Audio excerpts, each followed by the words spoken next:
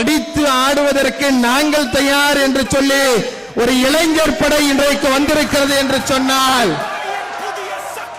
நமக்கு send George கோட்டை மட்டுமல்ல, செங்கோட்டையும் கூட நமக்கு ஒரு பொருட்டல்ல, அதுவும் கூட நமக்கு எளிதானது என்பதை விளங்க வைக்கிற படை இன்றைக்கு என் கண் முன்பாக இருக்கிறது. தமிழ்நாட்டிலே யங் டெமோக்ராட்ஸ் என்பவர்கள் இருக்கிறார்கள்.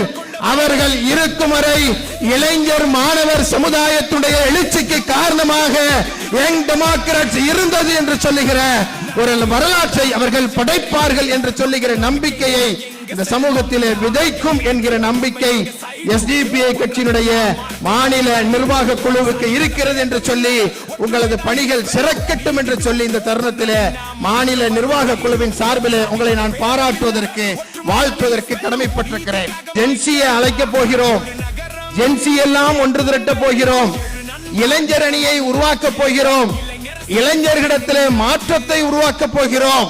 அப்படி முடிவு செய்யும் பொழுது பலரும் சொன்னது ஜென்சி ஒருங்கிணைக்கவா, அவங்க எல்லாம் இப்ப கொஞ்சம் பொறுப்பு இல்லாம இருக்கிறாங்களே, ஜென்சியை ஒருங்கிணைக்கவா, அவர்கள் எல்லாம் பக்கத்து மனிதனுடைய பசியை பற்றி கவலைப்படாதவர்களாக இருக்கிறார்களே, ஜென்சியை ஒருங்கிணைக்கவா, அவர்களால ஒரு இடத்துல ஒரு பொதுக்கூட்டத்தில் உட்கார்ந்து கேட்க கூட முடியாது, ஜென்சியை ஒருங்கிணைக்கவா, அவர்கள் கட்டுப்பட மாட்டார்களே, ஜென்சியை ஒருங்கிணைக்கவா, அவர்கள் சோசியல் மீடியாவில் அடிக்ஷனால இருப்பாங்க, எப்படி அவர்களை ஒருங்கிணைக்கவும் அவர்களை தலைவர்களாகவும் வளர்த்தெடுக்க முடியும் என்கிற கேள்வியை பலரும் கேட்டுக்கொண்டிருக்கிறார்கள்.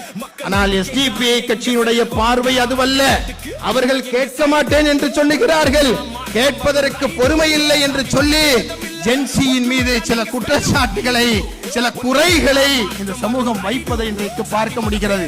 ஆனால் எங்களை பொறுத்தவரை ஜென்சிக்கள் கேட்க வேண்டியதை கேட்க வேண்டிய நேரத்தில், சொல்ல வேண்டியதை சொல்ல வேண்டிய நேரத்தில், செய்ய வேண்டியதை செய்ய வேண்டிய நேரத்தில் சரியாக செய்பவர்களாக ஜென்சிக்கள் இருக்கிறார்கள் என்பதுதான் எஸ்டிபிஐ கட்சியுடைய பார்வை.